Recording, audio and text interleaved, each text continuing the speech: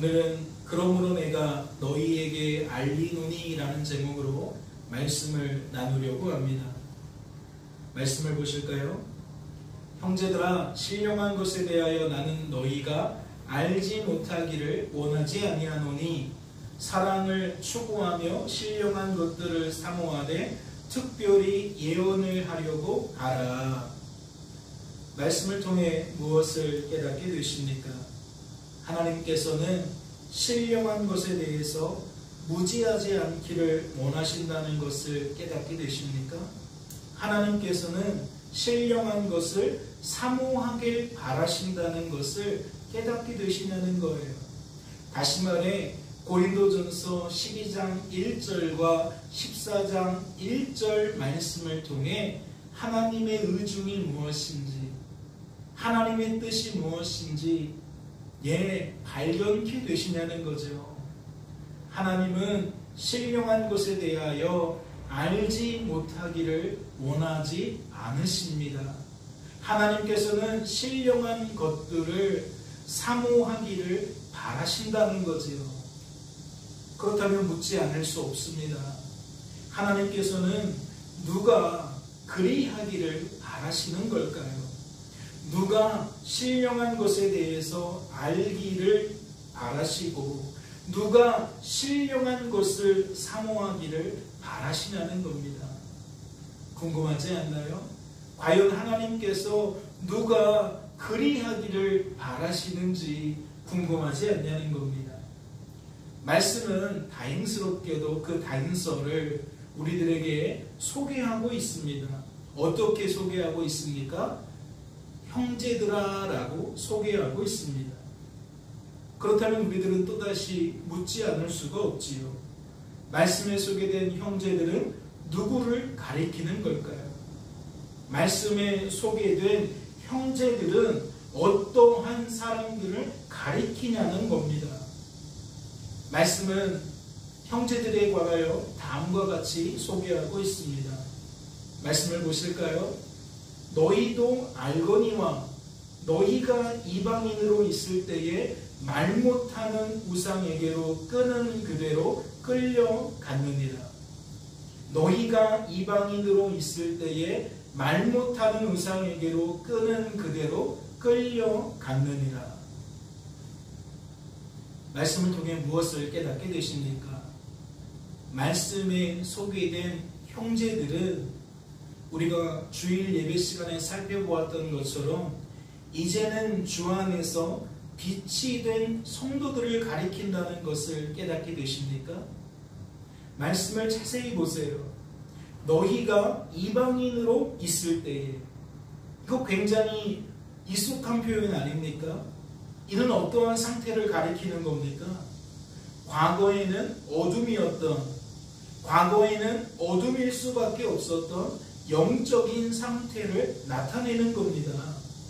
다시 말해 이방인이라는 표현은 지금은 형제지만, 즉 이제는 주 안에서 빛이지만 과거에는 무엇이었다? 어둠이었다. 전에는 형제가 아니었다. 즉 이방인이었다. 지금 그 이야기를 하고 있다는 거죠. 우리들은 무엇을 통해 그것을 알 수 있습니까? 너희가 이방인으로 있을 때라는 이 말이 너희가 어둠에 있었을 때라는 말로 어떻게 알 수 있냐는 거죠. 이어지는 말씀을 보니까 그것을 알 수가 있어요.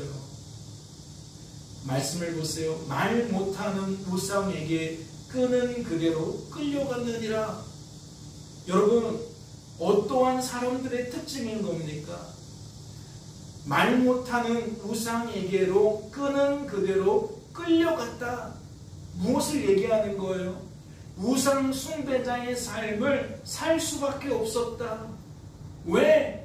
우상 숭배를 종용하는 그 손길에 나는 저항할 수가 없었기 때문이라는 거예요.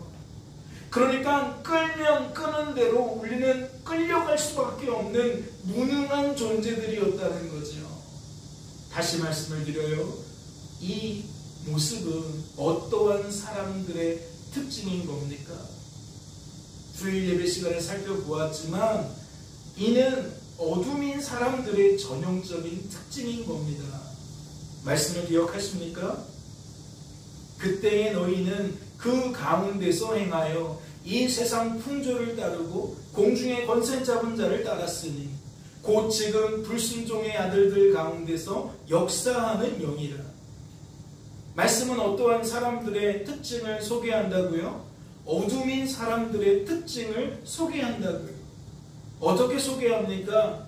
그때의 너희는 이라고 시작하는데 이건 어떠한 의미죠? 어둠이었던 너희는 이라는 이야기입니다. 그들의 특징이 무엇입니까? 이 세상 풍조를 따른다는 겁니다. 공중의 권세 잡은 자를 따른다는 거예요. 이는 무엇을 의미하는 겁니까? 그때의 너희는 죄가 가득한 이 세상의 풍조가 끄는 대로 끌려다녔다는 겁니다. 끌려다닐 수밖에 없었다는 거죠. 어둠이었던 너희는 공중의 권세 잡은 자, 즉 불순종의 아들들 가운데서 역사하는 어둠의 영이 끄는 대로 뭐 할 수밖에 없었다? 끌려다닐 수밖에 없었다. 어둠의 영이 끌면 끄는 대로 끌려다녔다는 거예요. 그렇다면 잘 생각해 보세요. 죄가 가득한 이 세상의 풍조가 어디로 끌고 가겠습니까? 어둠의 영이 어디로 끌고 가겠냐는 거예요. 무엇과 의미가 일치한다는 것을 알 수 있습니까? 조금 전에 우리들이 살펴보았던 고린도전서 12장 2절 말씀과 그 의미가 일치한다는 것을 알 수 있어요. 다시 말해 너희가 이방인으로 있을 때에 라는 이 말씀의 의미는 너희가 어둠이었던 그때에 라는 의미라는 것이지요. 그리고 말 못하는 우상에게로 끄는 그대로 끌려갔느니라 라는 의미는 죄가 가득한 이 세상 풍조가 끄는 그대로 끌려갔다는, 어둠의 영이 끄는 그대로 끌려갔다는 의미라는 이야기입니다. 그렇다면 말씀을 정리해 볼까요? 사랑하는 성도 여러분, 지금 말씀에 소개된 형제들은 누구였습니까? 하나님께서 신령한 것에 대하여 알지 못하기를 원하지 아니한 자들은 누구였냐는 거예요. 하나님께서 신령한 것을 사모하기를 바라신 자들은 과연 누구였냐는 거죠. 예, 주 안에서 빛이 된 성도들이었습니다. 다시 말해 국률이 풍성하신 하나님께서 하나님의 그 기쁘신 뜻을 따라 하나님의 그 큰 사랑을 인하여 우리 구주 예수 그리스도와 함께 살리신 자들이었다는 거죠. 그렇다면 이제 오늘 본문 말씀을 살펴보도록 하겠습니다. 말씀을 보실까요? 그러므로 내가 너희에게 알게 하노니, 그러므로 내가 너희에게 알리노니, 하나님의 영으로 말하는 자는 누구든지 예수를 저주할 자라 하지 않고 또 성령으로 아니하고는 누구든지 예수를 주시라 할 수 없느니라. 말씀은 그러므로 내가 너희에게 알리노니라고, 알게 하노니라고 시작하고 있어요. 그렇다면 문맥상 누가 누구에게 무엇을 알리고 있는 겁니까? 누가 누구에게 무엇을 알게 하고 있냐는 거예요. 이는 하나님께서 주 안에서 빛이 된 사도 바울을 통해 주 안에서 빛이 된 고린도 지역의 모든 교회와 성도들에게, 즉 형제들에게 신령한 것을 알게 하신다는 겁니다. 하나님께서 신령한 것을 알리고 계신다는 거지요. 그렇다면 이것은 어떠한 의미를 담고 있는 겁니까? 고린도 지역의 모든 교회와 성도들이 신령한 것에 대하여 무지하지 않기를 원하신 하나님께서는 고린도 지역의 모든 교회와 성도들에게 사도 바울을 통해 신령한 것이 무엇인지 친히 알려주신다는 의미를 담고 있는 겁니다. 이해가 되세요? 고린도전서 12장 1절 말씀과 3절 말씀의 관계를 생각해 보니까 이것은 어떤 이야기이냐? 하나님께서 하나님의 뜻을 친히 이루고 계신다는 의미라는 거예요.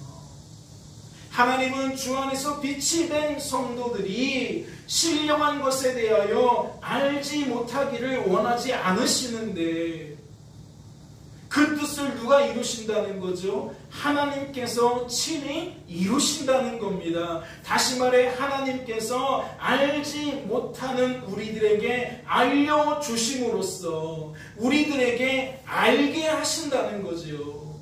성도된 우리들이 주 안에서 빛이 된 우리들이 신령한 것이 무엇인지 알게 하신다는 겁니다. 그렇다면 묻지 않을 수가 없지요. 하나님께서 사도 바울을 통해 알려주신 신령한 것은 무엇일까요? 이제 이해가 됐어요. 아, 지금 그런 얘기구나. 이해가 됐다고요. 그러면 무엇에 대한 궁금증을 가져야 돼요? 과연 신령한 것이 무엇일지 바로 그 신령한 것에 대하여 관심을 가져야죠. 여러분, 하나님께서 주 안에서 빛이 된 성도들이 반드시 알기를 바라신 신령한 것은 무엇입니까? 말씀을 보세요. 하나님의 영으로 말하는 자는 누구든지 예수를 저주할 자라 하지 않고, 이는 무엇을 의미합니까? 주 안에서 빛이 된 성도는 우리 구주 예수 그리스도를 어떻게 말한다는 거지요? 주 안에서 빛이 된 성도들은 우리 구주 예수 그리스도를 나의 주, 나의 하나님으로 말한다는 거예요. 즉 예수님을 나의 주님으로 여긴다는 거지요. 예수님을 나의 하나님으로 여긴다는 거예요. 그래서 그 생각과 감정과 의지가 무엇하게 된다? 예수님은 나의 주님입니다. 예수님은 나의 하나님이다 라고 고백하게 된다는 거죠. 말하게 된다는 거예요. 그렇다면 그 이유가 무엇일까요? 어둠인 우리들이 말하는 것일까요? 악하고 약하고 무능한 존재인 우리들이 스스로 말하는 것이냐는 겁니다. 그렇지 않아요. 말씀을 보니까 하나님의 영으로 말하는 자라고 소개하고 있습니다. 이는 어떠한 의미죠? 어둠인 우리들을 빛이 되게 하신 하나님의 영이, 즉 성도된 우리들 안에 계시는 성령 하나님이 어둠인 우리들을 이끄시는 대로, 어둠인 생각과 감정과 의지를 이끄시는 대로 어둠인 우리들이 말한다는 거예요. 그럼 하나님이 어디로 이끈다는 거겠어요? 우리의 믿음, 우리의 생각, 우리의 감정, 우리의 의지를 어두운 상태에 두는 것이 아니라 하나님께서 빛으로 이끄신다는 거죠. 믿음으로 이끄신다는 겁니다. 복음으로 이끄신다는 거예요. 그래서 어둠인 우리들이 어떠한 말을 하게 된다? 예수님은 나의 주님입니다. 나의 하나님입니다. 라고 말하게 된다는 거지요. 그렇다면 본래 어둠인 우리들은 어떻게 말을 할까요? 원래 우리들은 어떻게 말할 수밖에 없냐는 거예요. 하나님이신 예수님을 하나님으로 말하지 않습니다. 메시아이신 예수님을 메시아로 말하지 않아요. 무엇을 통해 이것이 확증됩니까? 예수님께서 예루살렘에 입성하실 때에 수많은 종교 지도자들이 여전히 예수님을 뭐라고 여기지 않았어요? 하나님으로 여기지 않았어요. 하나님께서 보내주신 구원자로 여기지 않았어요. 그러면 종교 지도자들만 그랬습니까? 아니죠. 예수님 곁에서 환호하고 있었던 다양한 사람들 역시 그랬어요. 병고침을 받은 사람들도 그랬어요.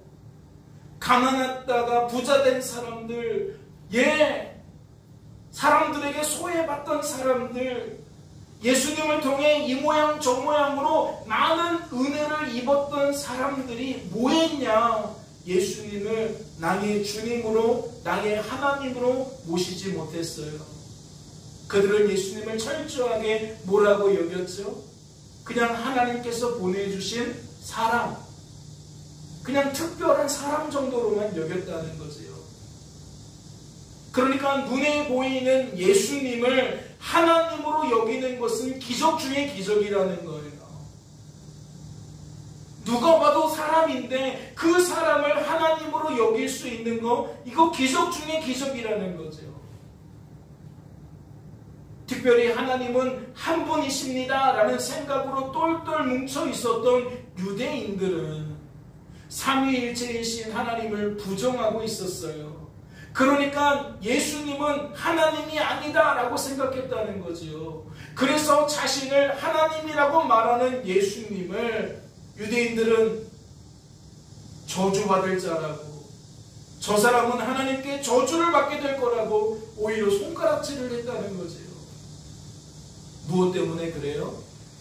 어둠인 우리들은 결코 알 수 없기 때문에, 그렇게 여길 수 없기 때문에, 하나님은 한 분이신데 한 분이신 하나님이 성삼위일체이신 하나님이라는 것을 알 수 없다는 거죠. 성부 하나님, 성자 하나님, 성령 하나님이 동일한 하나님이라는 것을 우리는 알 길이 없다는 거예요. 그러니까 하나님이신 그분이 이 땅에 우리를 구원하시기에 오셨지만 말씀에 통달되어진 그들 역시 뭐 할 수밖에 없었다?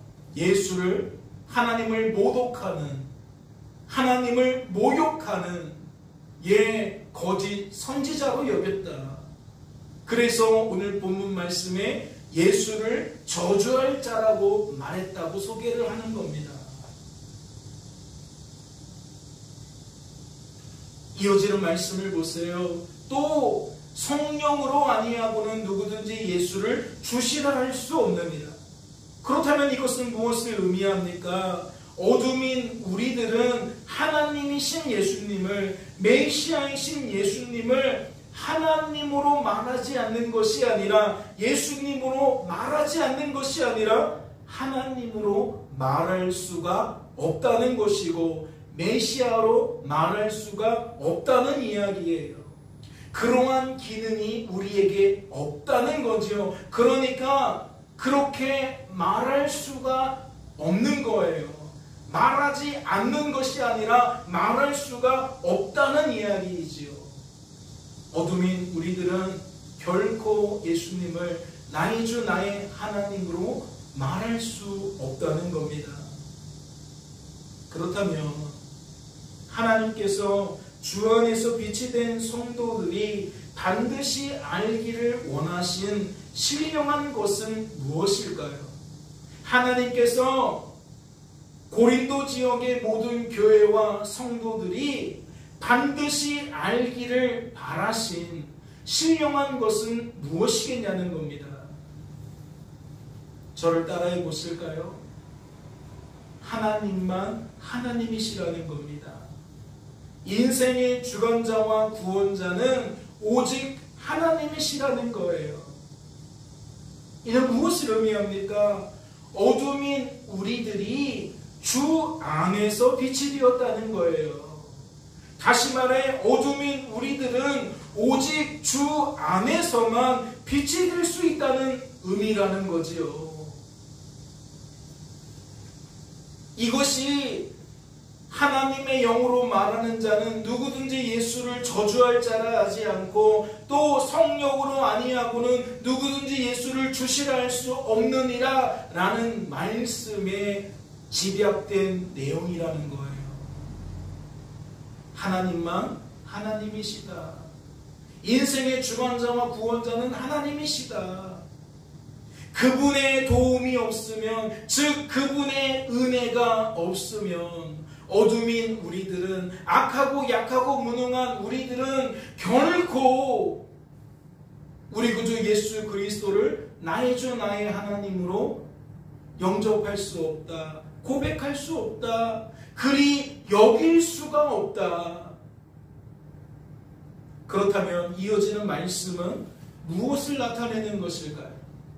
은사는 여러 가지나 성령은 같고, 직분은 여러 가지나 주는 같으며, 또 사역은 여러 가지나 모든 것을 모든 사람 가운데서 이루시는 하나님은 같으니, 각 사람에게 성령을 나타내심은 유익하게 하려 하심이라. 이는 앞서 살펴본 것처럼 하나님께서 하나님의 뜻을 친히 이루신다는 이야기입니다. 마치 하나님께서 사도 바울을 통해 하나님의 뜻을 친히 이루신 것처럼 하나님께서는 범사에 그리 하신다는 이야기이지요. 그렇다면 여러 가지 은사를 통해, 여러 가지 직분을 통해, 여러 가지 사역을 통해 성도된 우리들이 주목해야 되는 것은 무엇이겠습니까? 오직 하나님입니다. 오직 하나님의 뜻입니다. 오직 하나님께서 하신 일입니다. 예를 들어 사도 바울을 통해 성도된 우리들이 주목해야 하는 것은 오직 하나님이라는 거죠. 오직 하나님의 뜻이라는 거예요. 오직 하나님께서 하신 일이라는 거죠. 왜냐하면 하나님께서 하나님의 뜻을 친히 이루시기 위해 사도 바울에게 때로는 은사를 주신 것이고, 때로는 직분을 주신 것이고, 때로는 사역하게 만드신 것이니 사도 바울을 주목할 것이 아니라는 이야기예요. 사도 바울이 받은 은사를 주목할 것이 아니라는 이야기이지요. 사도 바울이 받은 직분을 주목할 것이 아니라는 것이고, 사도 바울의 사역을 주목할 것이 아니라는 이야기입니다. 하지만 우리가 계속해서 논의하고 있지만 어둠인 우리들은 어떻게 반응할까요? 어떻게 반응할 수밖에 없을까요? 하나님이신 예수님을 하나님으로 말할 수 없는 것처럼, 메시아이신 예수님을 메시아로 말할 수 없는 것처럼, 우리들은 그럼에도 불구하고 사도 바울을 주목할 수밖에 없습니다. 사도 바울을 주목하게 된다는 거지요. 사도 바울이 받은 다양한 은사들에 우리들의 시선을 빼앗길 거라는 것이고, 사도 바울이 받은 직분과 사도 바울이 한 모든 사역을 우리들은 관심 갖게 될 거라는 이야기입니다. 말씀을 보세요. 말씀이 지금 무엇을 방증하고 있습니까? 내 형제들아, 글로의 집 편으로 너희에 대한 말이 내게 들리니 곧 너희 가운데 분쟁이 있다는 것이라. 교회 안에서 성도들 사이에서 무엇이 있어요? 분쟁이 있어요. 그 이유가 무엇입니까? 내가 이것을 말하거니와 너희가 각각 이르되, 교회의 구성원들 하나하나가 이르되 말하되 뭐라고 말합니까? 나는 바울에게, 나는 아볼로에게, 나는 게바에게, 나는 그리스도께 속한 자라 한다는 것이니. 지금 이 상황이 무슨 상황이죠? 교회 안에서 성도들이 누구 얘기를 쏟아내고 있다는 겁니까? 사람 이야기를 쏟아내고 있다는 거예요. 우리 구주 예수 그리스도를 나의 주 나의 하나님으로 영접한 성도들이, 하나님 때문에 빛이 될 수 있었던 성도들이 교회에 모였는데, 교회에 모여서 같이 신앙생활을 하다가 삼천포로 빠졌다는 거지요. 하나님보다 이제는 누구를 더 주목하고 있다는 겁니까? 사람을 주목하고 있다는 거예요. 나는 바울, 나는 아볼로, 나는 게바, 나는 그리스도. 그래서 서로 뭐 하고 있다는 겁니까? 분쟁하고 있다는 거예요. 다투고 있다는 거예요. 싸우고 있다는 이야기이지요. 이 이야기는 3장에서도 동일하게 나타납니다. 너희는 아직도 육신에 속한 자로다. 너희 가운데 시기와 분쟁이 있으니 어찌 육신에 속하여 사람을 따라 행함이 아니리요. 어떤 이는 말하되 나는 바울에게라 하고 다른 이는 나는 아볼로에게라 하니 너희가 육의 사람이 아니리요. 그런즉 아볼로는 무엇이며 바울은 무엇이냐? 그들은 주께서 각각 주신 대로 너희로 하여금 믿게 한 사역자들이니라. 나는 심었고 아볼로는 물을 주었으되 오직 하나님께서 자라나게 하셨나니. 여러분, 지금 말씀이 이야기하고 있는 게 뭐예요? 우리가 1장에서 살펴볼 때에는 네 그룹이 형성되었어요. 바울파, 아볼로파, 게바파, 예수파, 파당이 네 개로 나눠져서 서로 경쟁하고 서로 싸웠다는 얘기죠. 그런데 3장 말씀은 그 중에 누구와 누구의 분쟁을 말하고 있는 겁니까? 바울파와 아볼로파의 분쟁을 말하고 있는 거예요. 그리고 친절하게도 왜 분쟁이 일어났는지 원인을 하나 더 추가하고 있습니다. 뭐죠? 시기라는 거예요. 이쪽 사람들은 아볼로가 최고라고 말하는데 이쪽 사람들은 바울이 최고라고 말하는 거예요. 서로 바울이 최고야, 아볼로가 최고야 라고 말하고 있다는 거죠.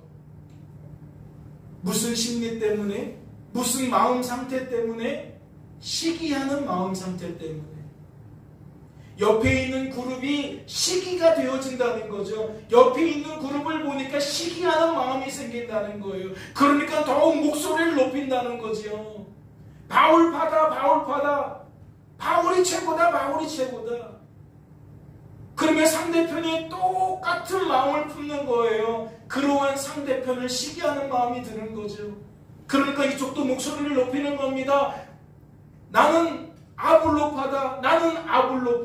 즉 아볼로가 최고다. 여러분, 말씀을 보세요. 왜 이 사람들은 각각 나누어지게 되었을까요? 말씀을 보니까 바울은 심는 자였고 아볼로는 물을 준 사람이라고 소개하고 있습니다. 이는 무엇을 나타내는 거지요? 그들이 받은 직분이 달랐다는 것이고 그들이 받은 은사가 달랐다는 것이고 그들이 한 사역이 달랐다는 거예요. 그런데 우리가 조금 전에도 살펴보았잖아요. 하나님은 여러 가지 은사를 주시고 여러 가지 직분을 주시고 여러 가지 사역을 주시면서 우리들이 무엇하기를 바라신다고요? 오직 하나님을 주목하기를 바라신다고요. 오직 하나님의 뜻을 주목하기를 바라신다고요. 오직 하나님께서 하신 일을 주목하기를 바라신다고요. 하나님께서 하나님의 뜻을 따라 바울에게 심는 은사를 주셨구나. 심는 직분을 주셨구나. 그래서 그는 고린도 지역에 와서 그 받은 은사를 따라, 그 받은 직분을 따라 우리들에게 이와 같이 복음의 씨앗을 심길 수 있었던 것이구나. 하나님 감사합니다. 하나님께서 사도 바울을 통해 우리를 향하신 하나님의 뜻을 이루어 주시니 감사합니다 라고 반응해야 된다는 거예요. 그런데 정작 성도들은 어떻게 반응했다는 거죠? 심는 사람이 멋져 보이고 바울이 멋져 보여요. 그러니까 우리는 바울파야 라고 말해요. 또 한 사람은 심는 것보다 물을 주는 게 멋져 보여요. 그러고 보니까 나는 아볼로파다 라고 말해요. 한쪽에서는 심는 거, 한쪽에서는 물을 주는 거, 한쪽에서는 아볼로, 한쪽에서는 바울. 그러다 보니까 시기에 사로잡히는 것이고 분쟁이 끊어지지 않는 거예요. 그렇다면 마지막에 오직 하나님께서 자라나게 하셨다라는 것은 무엇을 의미하는 거겠습니까? 모든 것은 하나님의 손 안에 있다는 거예요. 그러니까 하나님을 주목해야 되는 것이고 하나님의 뜻을 주목해야 되는 것이고 하나님께서 하신 일을 주목해야 된다는 것이지요. 그런데 왜 너희들은 그것을 다 빼먹고 사람, 환경 거기에 몰두하냐는 거예요.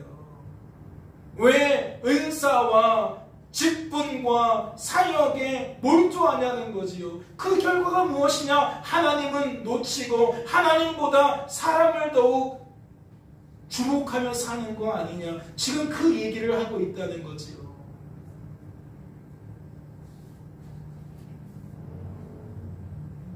다시 말씀으로 돌아가 볼까요?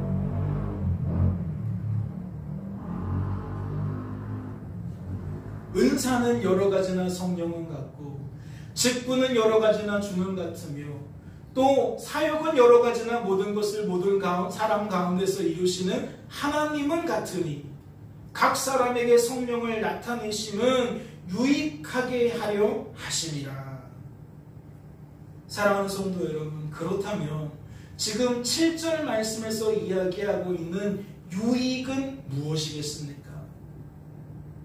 성령 하나님을 통해 은사를 주시고 직분을 주시고 사역을 주시는 목적 무엇일까요?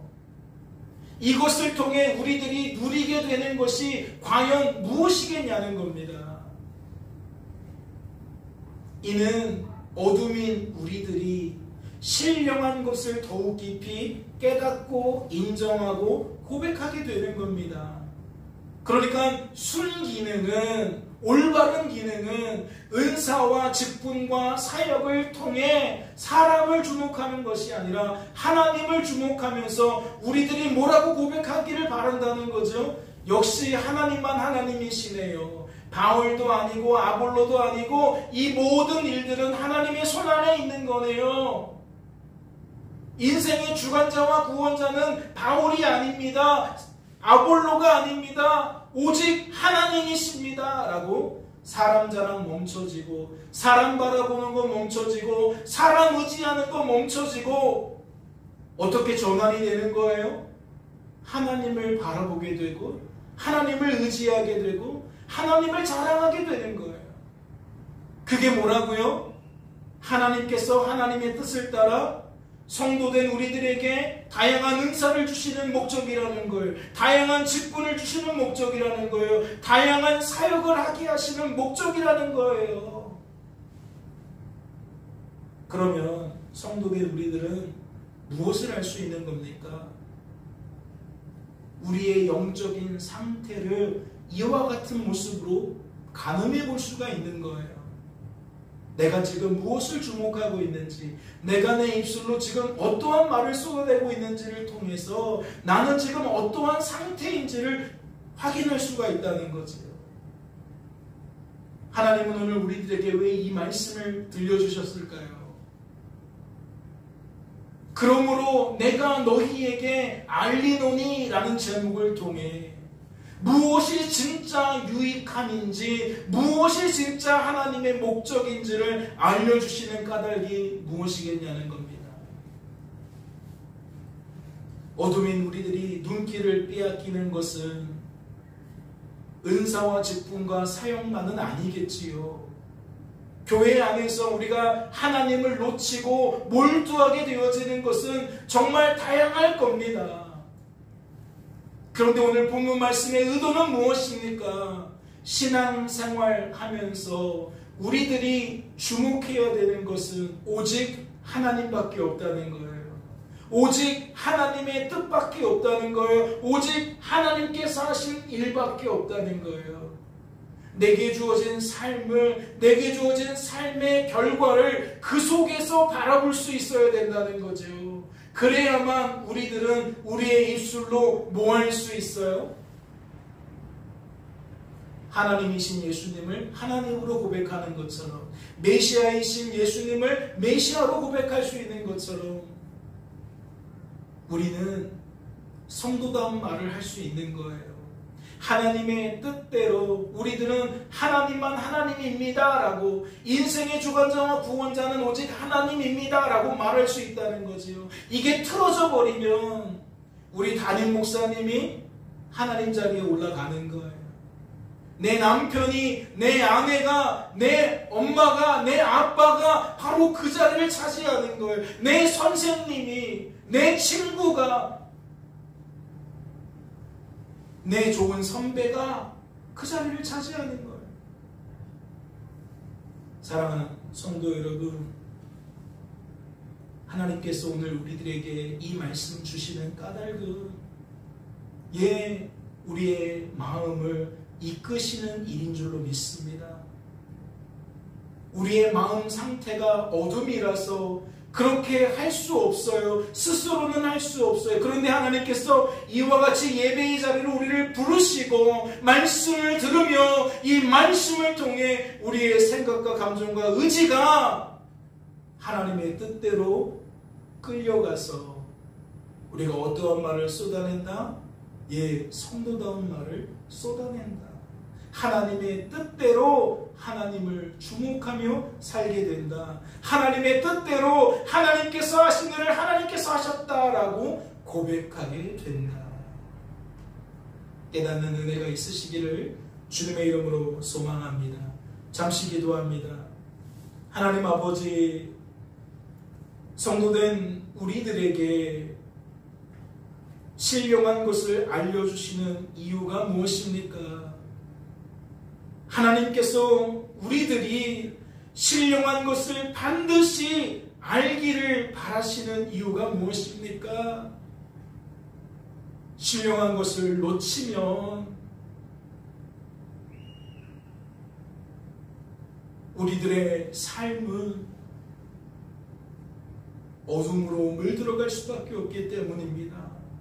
성도라 할지라도 성도다운 삶을 살아갈 수 없기 때문입니다. 교회라 할지라도 교회다운 모습으로 세워질 수 없기 때문입니다. 하나님, 다시 한번 우리의 마음판에 아로새겨 주시니 감사합니다. 하나님만 하나님이십니다. 인생의 주관자와 구원자는 하나님이십니다. 하나님의 말씀을 대할 때나, 내게 주어진 삶을 대할 때나, 내게 주어진 삶의 결과를 대할 때나 우리들은 이것을 잊지 않게 하여 주옵소서. 그리하여 하나님께 받은 것 같이 말할 수 있도록, 하나님을 주목하는 사람들처럼 말할 수 있도록, 우리 구주 예수 그리스도 안에서 말하는 것처럼 말할 수 있도록 주님 축복하여 주시옵소서. 주께서 우리들을 붙들어 주실 줄로 믿고 감사드리며 이 모든 말씀 우리를 죄에서 구원하신 예수님의 이름으로 기도하옵나이다. 아멘.